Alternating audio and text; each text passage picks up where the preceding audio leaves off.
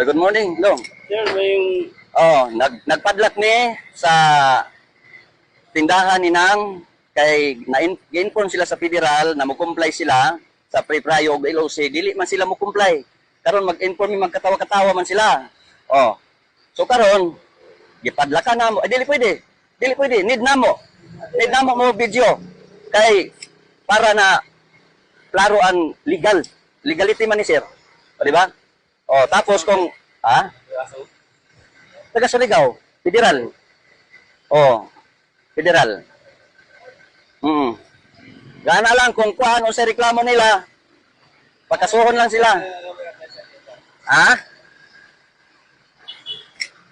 Kaya napa may padlakan dito. Napa may padlakan. Tara. Mag-istorya ra taon niya.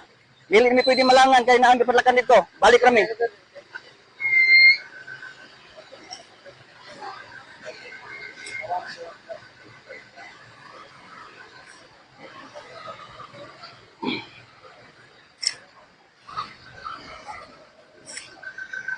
Sir, isbisahin sir. May ano kayo? Sir, may... Intervention kayo. Tagpadlakan man nito ang mga... Tagpadlakan na mo sila kay wa sila mo comply sa legality. Gi-inform sila na mo comply sila ng pre-prayo sa federal, dayon sa lupa, LOC, Federal Tribal Government of the Philippines. Federal Tribal Government of the Philippines. So karon, i-inform sila para sila mahibalo, mukatawa raman. So katulo inform, ipadlakan na sila kay di man maminaw. So kung sa ilang kuan, mukaso na lang sila namatay batas.